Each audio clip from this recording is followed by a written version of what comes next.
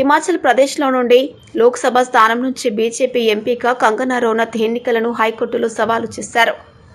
ఈ నేపథ్యంలో కంగనా రనౌత్కు హిమాచల్ ప్రదేశ్ హైకోర్టు నోటీసులు జారీ చేసింది. కిన్నౌర్ నివాసి లాయక్ రామ్ నేగి ఈ పిటిషన్ దాఖలు చేశారు.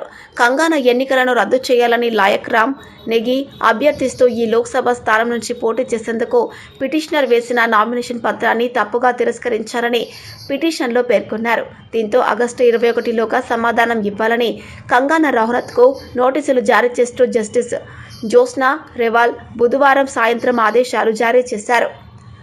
మండి లోక్సభ స్థానం నుంచి రనౌత్ తన సమీప ప్రత్యర్థి కాంగ్రెస్ అభ్యర్థి విక్రమాదిత్య సింగ్పై 74,755 ఓట్ల తేడాతో విజయం సాధించారు.